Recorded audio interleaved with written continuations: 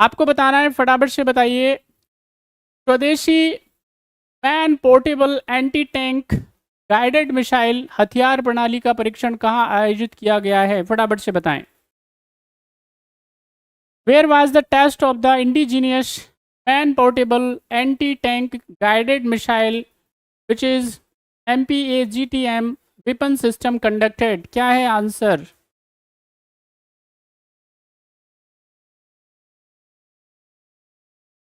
चलिए भाई, सारे बच्चे आंसर करिए। बढ़िया है दोस्त, बढ़िया है, बहुत ही बढ़िया है।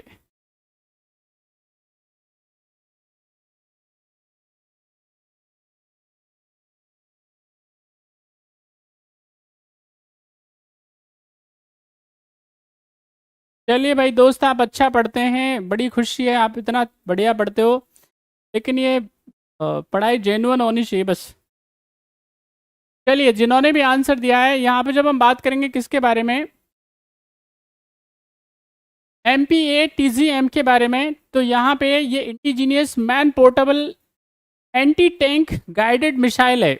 इसको क्या किया जा सकता है, एक जो सोल्जर होता है अपने कंधे पे रख करके ले जा सकता है, ठीक है कि नहीं।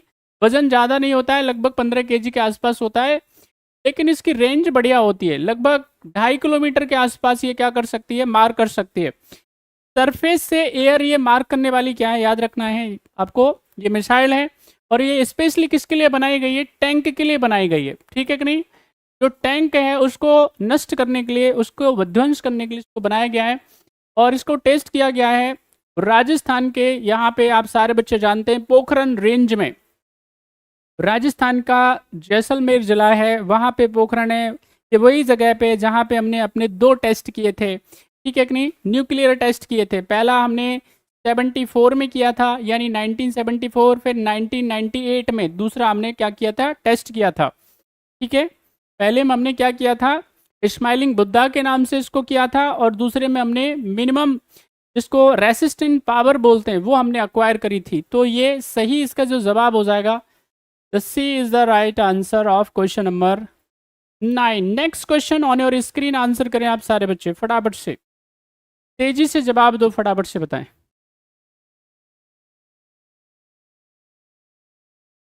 नहीं नहीं, फेल नहीं हुआ था भाई दोस्त, फेल नहीं हुआ था, फेल नहीं हुआ था। स्माइलिंग बुद्धा कभी फेल होते हैं क्या? सक्सेसफुल लॉन्च था। चलिए, नेक्स्ट क्वेश्चन का आंसर करें। आपको बताना है, अडानी ग्रीन एनर्जी लिमिटेड द्वारा विश्व का सबसे बड़ा बिजली संयंत्र कहाँ विकसित किया जा रहा है? बड़ा खास क्वेश्चन है, बड़ा इंपॉर्टेंट क्वेश्चन है, 7 स्टार क्वेश्चन है, फटाफट से बताएं। खाबड़ा गुजरात, जयपुर राजस्थान, मुंबई महाराष्ट्र और चेन्नई तमिलनाडु, क्या है इसका सही आंसर?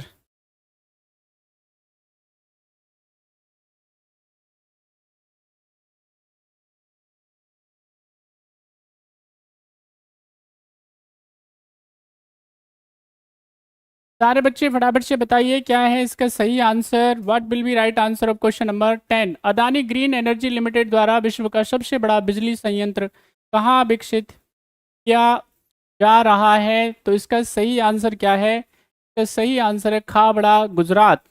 यहाँ पे हमारे देश की, अगर मैं कहूँगा सबसे बड़ी अगर कंपनी के बारे में जो रेन्यूएबल एनर्जी पे काम कर रही है, तो उसका नाम क्या है? Adani green energy limited.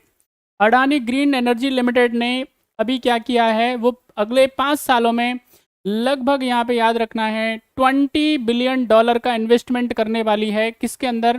Green energy के अंदर। और यहाँ पे क्या होगा, इसका जो टारगेट है 5 साल के अंदर अंदर क्या करना भाई, लगभग लगभग 30 गीगावाट के आसपास का इसका है अचीव करने का।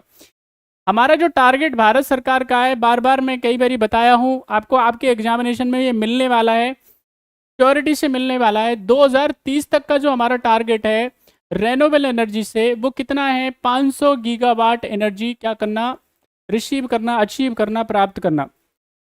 अब उसमें से सोलार एनर्जी का जो रेशो है वो सबसे ज़्यादा है, उसके बाद में विंड एनर्जी का है, फिर अन्य एनर्जियाँ इसके अंदर क्या है शामिल है, याद रखना है। हमारा जो पर्पज़ है वो क्या है, सारे बच्चों को कई बार बताया है 2070 तक का हमारा टारगेट है नेट जीरो। नेट जीरो का मतलब किसी भी प्रकार का कोई इमिशन नहीं होना चाहिए। नेट जीरो को प्राप्त करना ये क्या है, हमारा टारगेट है 2070 तक। इधर हमारा पर्पज साथ ही साथ में ये 2030 तक का है, वो कितना है 50% जो हम एनर्जी जनरेट करें वो क्या करें, जो जितने भी हमारे पास में क्या है रेन्यूएबल एनर्जी की सोर्स की बात करता हूँ।